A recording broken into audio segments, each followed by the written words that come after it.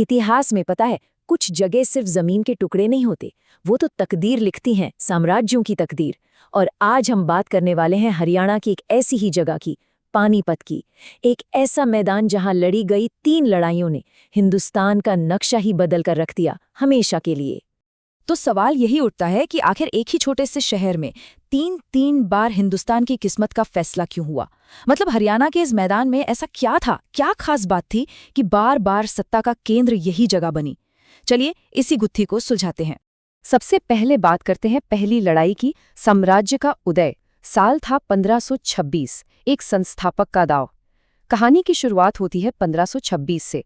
सोचिए, दिल्ली सल्तनत जो सदियों से हुकूमत कर रही थी, वो अब अपने आखिरी दिन गिन रही थी, और उसका सामना होने वाला था एक नए, बेहद महत्वाकांक्षी हमलावर से। ये वो लड़ाई थी जो हिंदुस्तान के इतिहास का रुख मोड़ने वाली थी। अब जरा दोनों सेनाओं को देखिए, इनमें जमीन आसमान का फर्क था।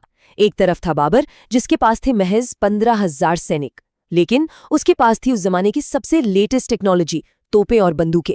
और दूसरी तरफ इब्राहिम लोदी की विशाल सेना, जिसमें 30 से 40,000 सैनिक थे और करीब करीब 1,000 जंगी हाथी।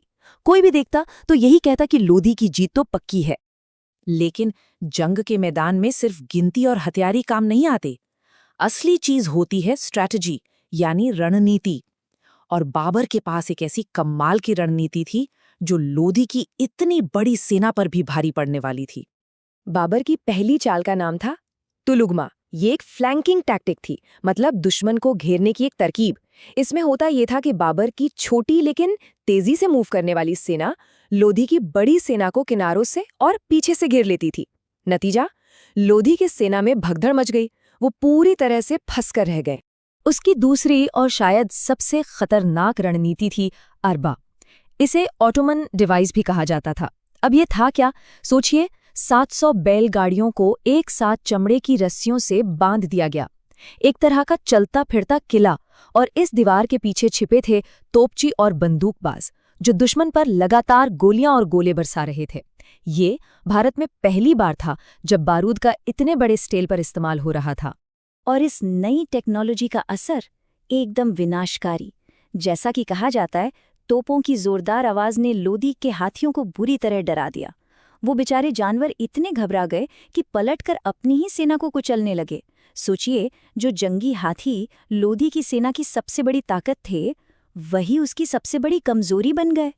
और नतीजा, सुल्तान इब्राहिम लोदी जंग के मैदान में मारा गया, और उसके साथ ही दिल्ली सल्तनत जो 300 सालों से राज कर रही थी, उसका अंत हो गया। हिंदुस्तान में एक नए युग की शुरुआत हुई, मुगल साम्राज्य की। चलिए अब 30 साल आगे चलते हैं। दूसरी लड़ाई, साम्राज्य की सुरक्षा। साल था 1556, एक वारिस की परीक्षा। पानीपत का मैदान एक बार फिर इतिहास लिखने को तैयार था। इस बार दांव पर लगा था वो नया नवेला मुगल साम्राज्य और उसके बिल्कुल युवा शहंशाह का मुस्तकबिल।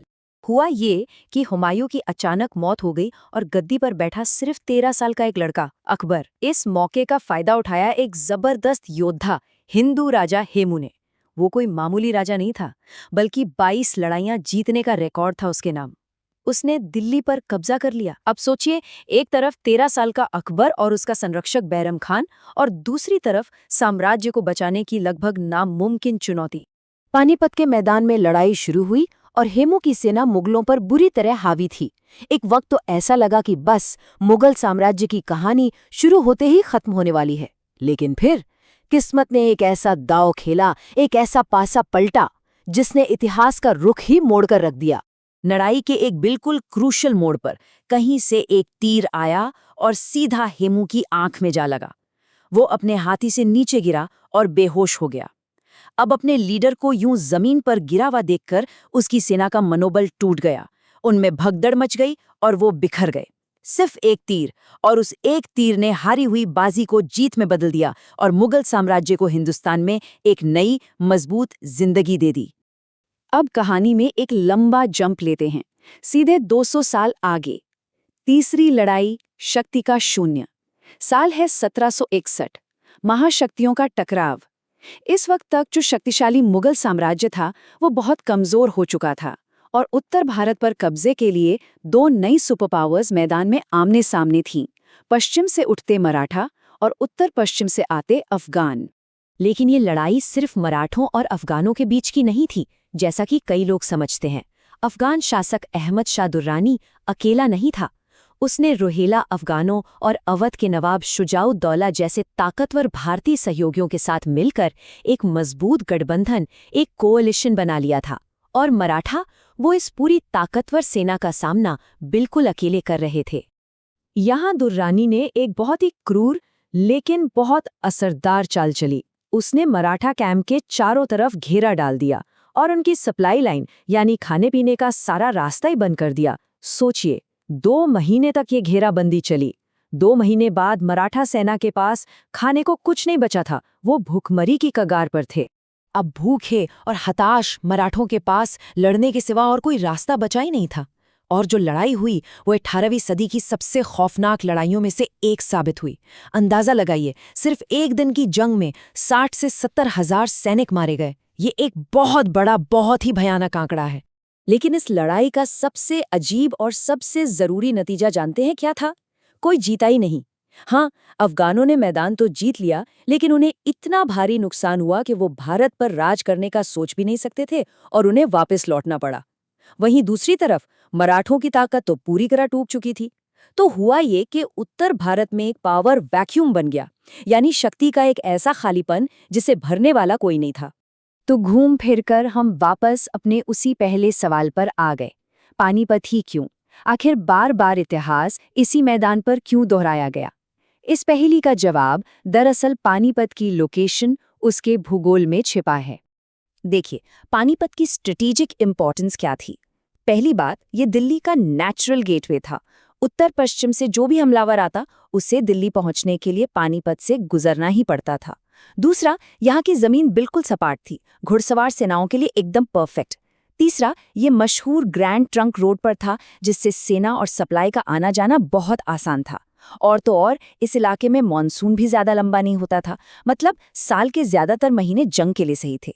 इन्हीं सब वजहों ने पानीपत को इतिहास का सबसे बड़ा और सबसे अहम युद्ध क्षेत्र बना दिया। तो अगर हम पूरी कहानी को संक्षेप में देखें तो पानीपत के ये 3 अध्याय हैं।